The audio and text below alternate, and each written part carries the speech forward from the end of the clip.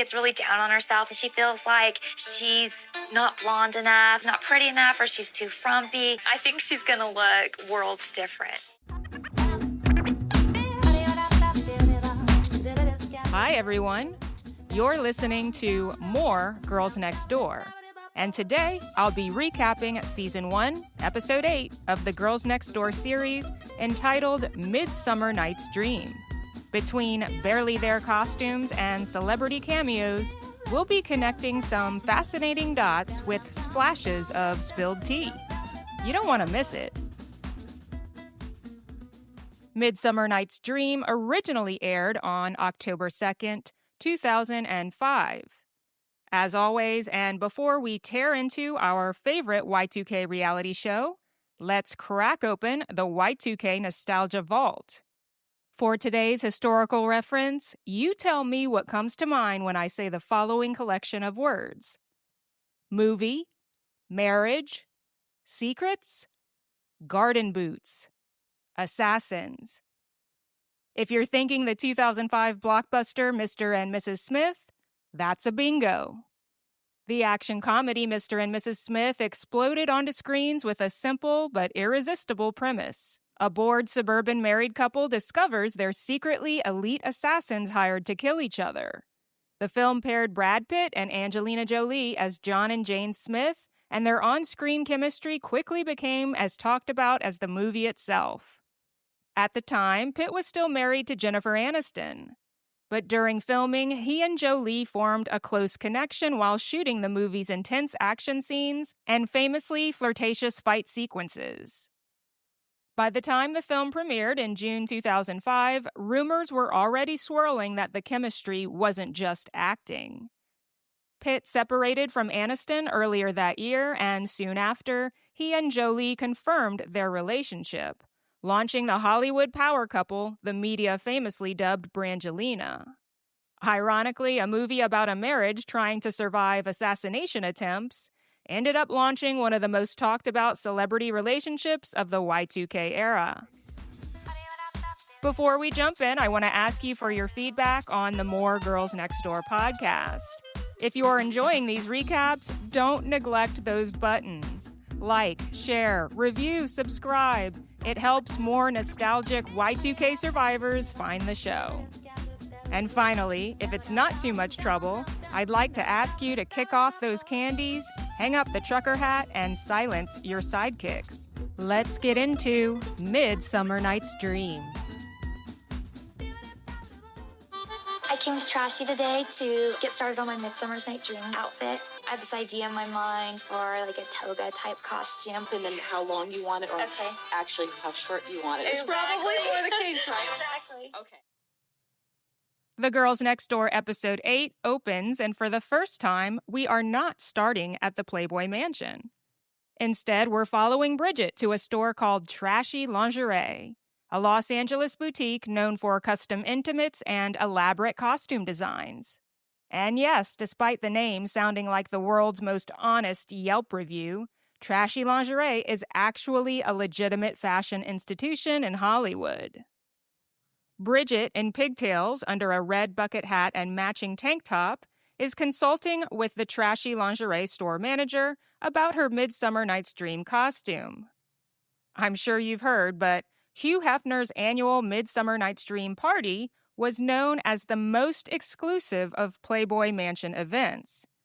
Party attire was specified and strictly enforced, lingerie or less, and the guest list was packed with household name celebrities like Leonardo DiCaprio, Paris Hilton, Quentin Tarantino, Jack Nicholson, P. Diddy, Bill Cosby, Pamela Anderson, and Justin Bieber, just to name a few.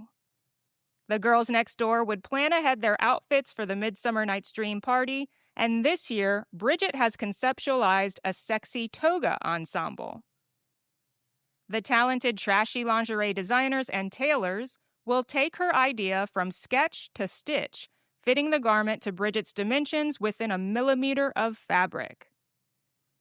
The scene transitions to the mansion where Holly, Bridget, and Kendra, in interviews, discuss the much-anticipated Midsummer's party.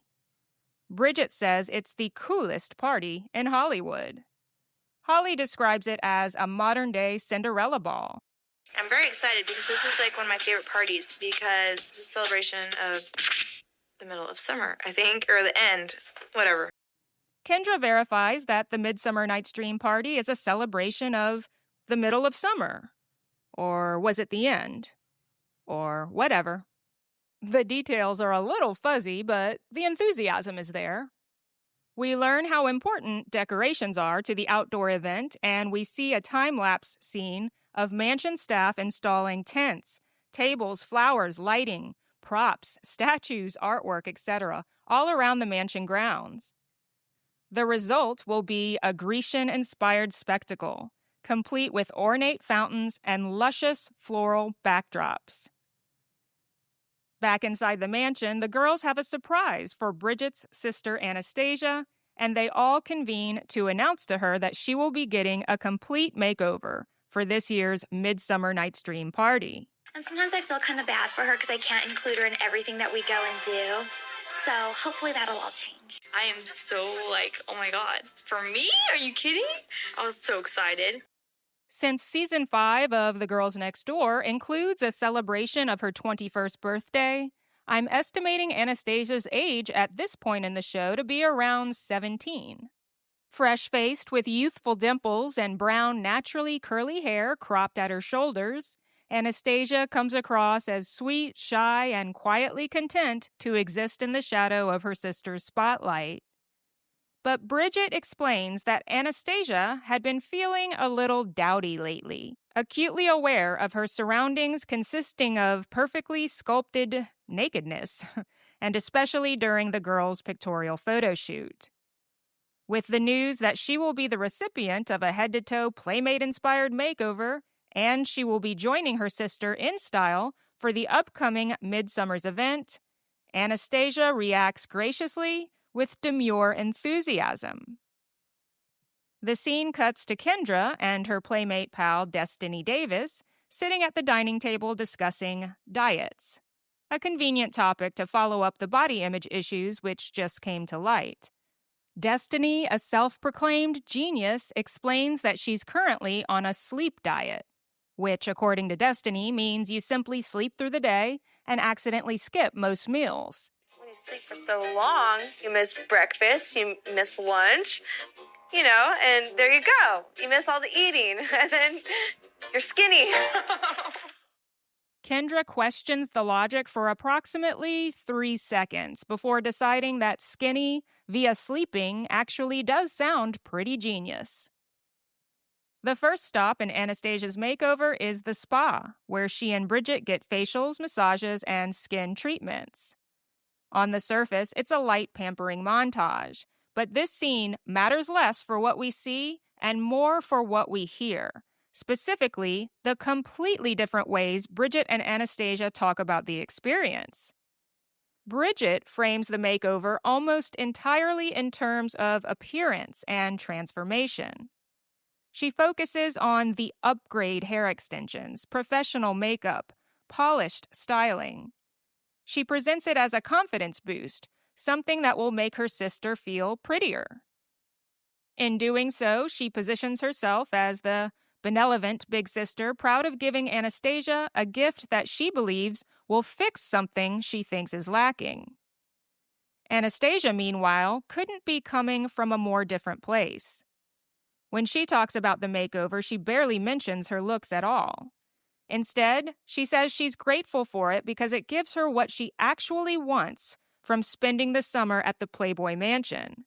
I'm so happy and grateful that I get to hang out with her. It was a day that we spent together, and it was really fun. I'm thankful to have to let me come here. So I love having an older sister,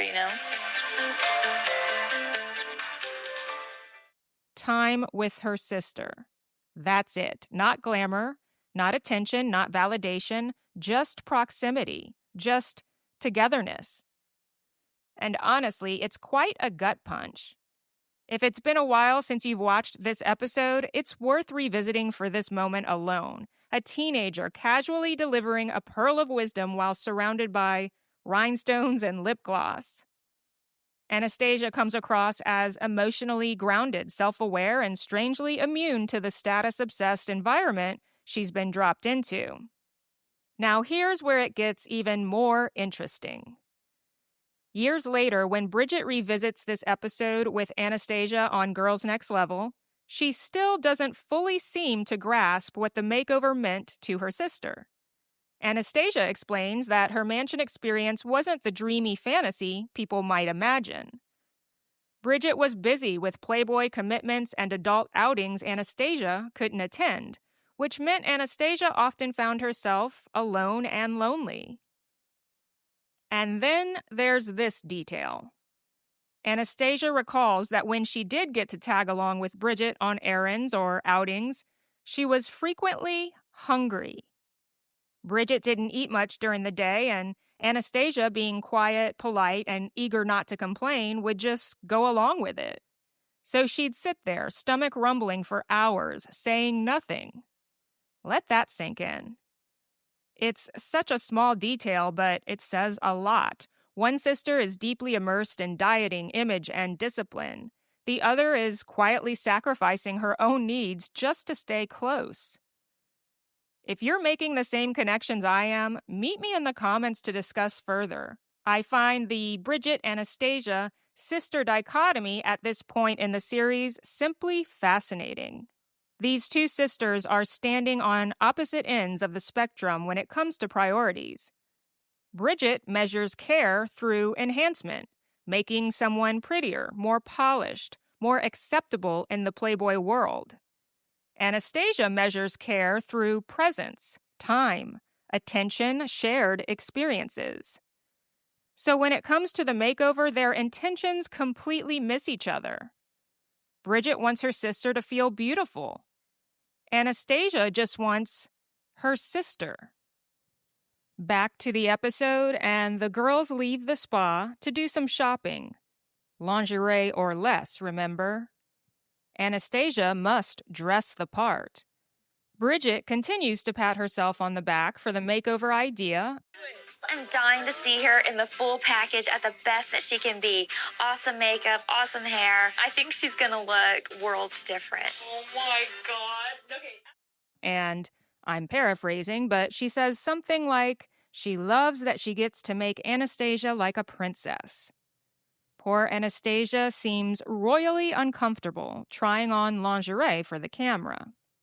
Thankfully, this scene is cut short so Bridget can bring her cat Gizmo to the groomers while Holly steps in to take Anastasia to the hot waxer, a clever production move meant to parallel feline and human makeover experience.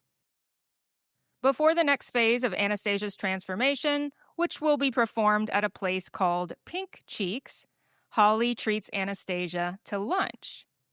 Did Holly perceptively pick up on something from Anastasia that Bridget did not? Like low energy or blatant food requests? Whatever the case, Anastasia gets lunch, and it comes with a side of chicken cutlet. 2 bust-enhancing bra inserts Holly surprises her with to further the mission make Anastasia Playboy-worthy.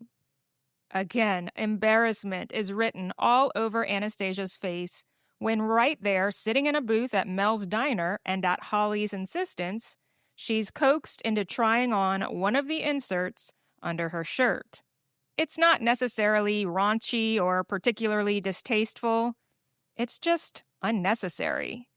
I didn't feel like it added to the scene or the narrative of the whole makeover. On the contrary, actually, it's like save these big reveals for the big reveal. Next, we observe Anastasia and Gizmo, Bridget's Persian cat, in separate jump clips as they are cut and plucked and trimmed and ouch. The thought of Anastasia's first waxing experience being a gag for TV, I don't know, guys. It makes me a little sick. But I have to admit, Anastasia is a good sport, exposed white cotton granny panties and all. It would make sense to expect to now see Kendra relieve Holly for the final piece of Anastasia's journey to beautiful. But spoiler, it never happens. Although Kendra participated in surprising Anastasia with the makeover announcement, she's not involved thereafter.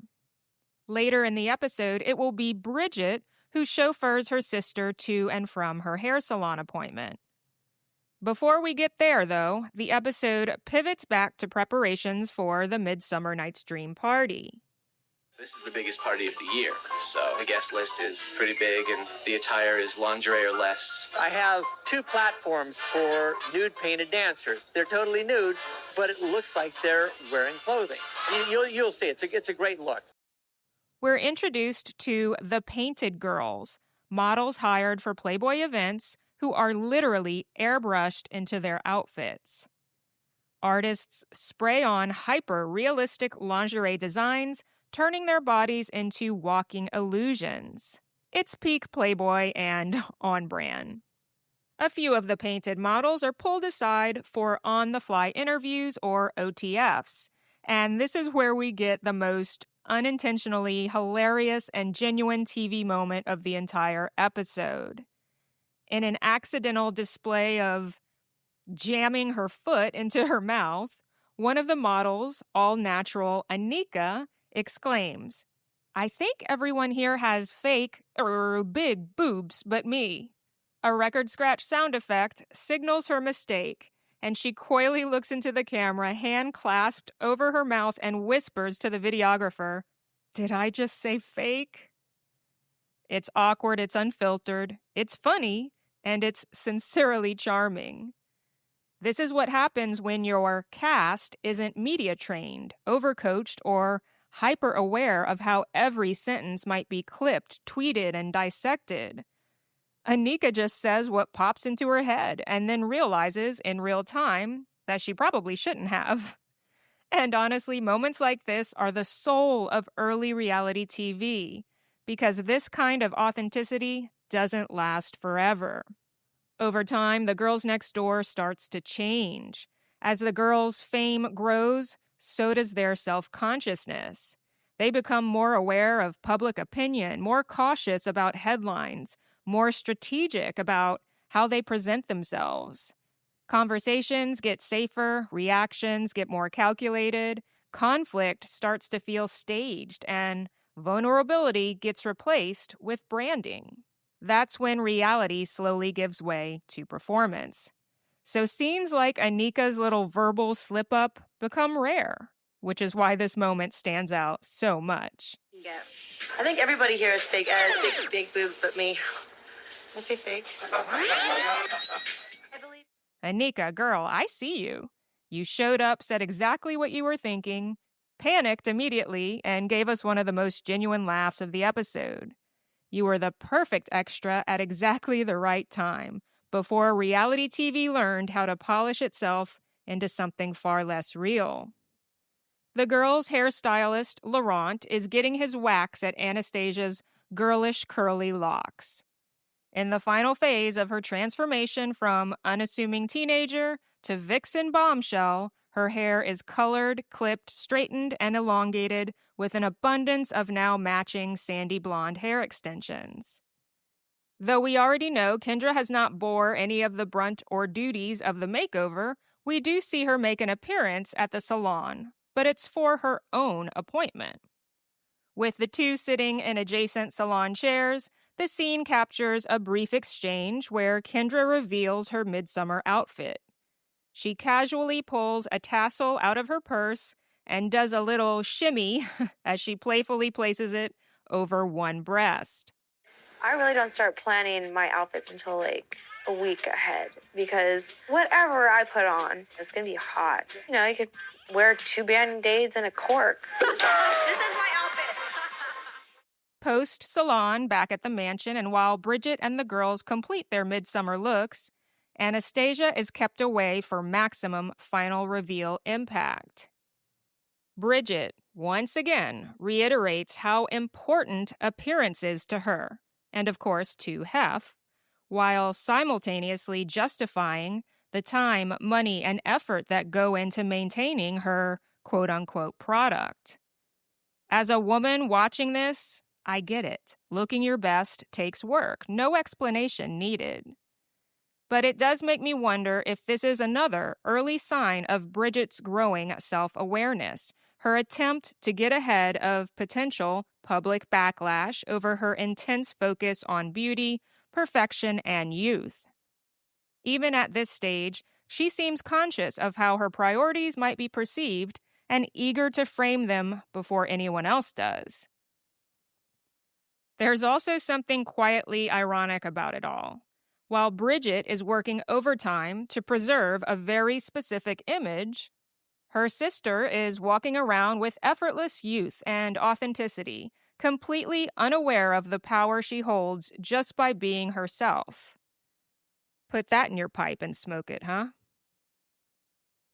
At last, Holly, Bridget, and Kendra come together in costume to be the first to witness Anastasia's makeover unveiling.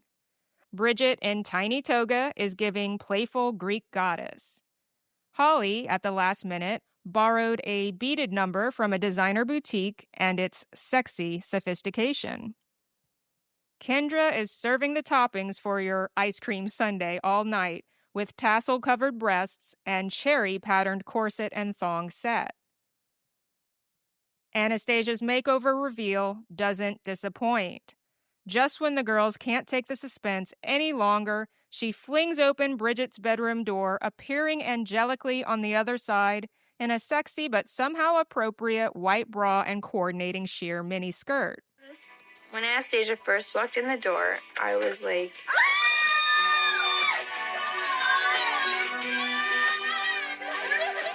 I was going crazy because she looks so beautiful. You guys are twins! Oh my God, I think I'm gonna cry. The reaction is genuine, wholesome, heartwarming. Anastasia is visibly overwhelmed by the response of cheers and tears. The joy in the room is full and contagious. The shock hangs in the air and remarks fly about how different and absolutely beautiful Anastasia looks after trading her natural hair and baby face for the full blonde and bronzed package. Hef enters the commotion and doesn't even recognize his summer house guest until Kendra points and yells for him to look at Anastasia. It's clear the royal Playboy treatment has worked yet again. It's suddenly revealed that Bridget and Anastasia's mom will be attending the party, and as the girls next door descend the mansion's grand staircase, we see her gaze is focused far behind them, eyes fixed anxiously awaiting her teenage daughter's big entrance. I think my mom's gonna die. She's gonna be like, oh my God, what have they done to you? I was just couldn't imagine what the reactions were going to be. Anastasia performs again, nervously walking downstairs to an even larger crowd of awaiting spectators. Her mother cries as she realizes how much Anastasia now resembles her eldest daughter, Bridget. And I'm not insinuating those were not happy tears. I'm just broaching the possibility that there may have been some sadness, fear, or even a little regret mixed in. Plausible emotions from a mother seeing her teenage daughter growing up too fast at the Playboy Mansion. Whatever the vibe really was, it comes across on screen as an extremely happy moment, and Anastasia says the makeover was the best gift of her life. The episode wraps at the Midsummer Night's Dream party, and it's stunning. Fairy lights, flowing fabrics, floral art structures, and then there's celebrities wandering around in their underwear. Earlier in the episode, Holly likened the event to Cinderella's ball, but I describe it more like a Coachella for aristocrats. As the camera floats through the crowd, each girl gets a quiet little confessional moment. Bridget gets emotional first. She talks about how the summer flew by, how her lifelong dream of being in Playboy actually came true, and how meaningful it was to share it with her sister and her mom. For Bridget, this wasn't just a gig or a storyline. This was the culmination of years of vision boards, scrapbook dreams, and manifesting before manifesting was even a thing. You can tell this chapter meant everything to her. Then there's Holly, who talks about wanting a college degree and children someday, grounding herself in very traditional, very real-life goals. And then she adds the line that really sticks, that people probably think she's stupid for staying with Hef, but she believes he's her soulmate, so she's content for now. It's sincere, but also a bit sad. She's again defending her choices to an invisible jury. I think people probably think I'm really stupid for being in this relationship, but actually I'm wise enough to know that it's very rare to meet somebody that you feel is your soulmate. I'm not sure how it fits into my entire life plan, but for right now, it still works. He's a perfect gentleman. I really don't have a certain goal in life. All I want to be is okay. I don't care about living in a mansion the rest of my life. I don't care if I hang out with freaking Paris Hilton. I don't care about the fame. I don't care about money. I just want to live a normal life. As long as I'm still smiling and laughing, I think that's the most important thing to me. And finally, we cut to Kendra playfully smacking her own backside, completely on brand, saying she doesn't really have goals. She just wants a normal life. No obsession with fame, no hunger for money, just happiness. She says being with Holly and Bridget and Hef makes her happy, and that together they make Hef happy too. How perfectly this scene captures who each woman is at the point in the series. Bridget is living her dream, Holly is building her future around one person, Kendra is living entirely in the moment. 3 different philosophies, 3 different survival strategies inside the same bubble.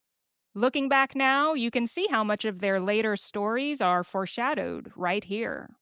Bridget clings tightly to the dream, Holly clings tightly to the relationship, Kendra clings to her independence and emotional freedom. I love how tactfully this episode captures a snapshot of 3 women standing at the same place in life, but heading in 3 completely different directions. In the Girls Next Level podcast, Holly has told us that this episode was actually supposed to be the season finale. The E! Network had only picked up 8 episodes for season 1, and no one knew yet what would become, if anything, of the Girls Next Door series. With that knowledge, this episode ending makes more sense. Thankfully, the show was a huge hit, and E! quickly ordered more episodes, extending season 1 and committing to a season 2, which means there's still a lot more Girls Next Door ahead of us. And I hope you'll stay with me while we keep unpacking it all. Meet me in the comments, let me know what you think about this episode, especially the Anastasia Makeover storyline. I love you guys. See you next time. The bricks.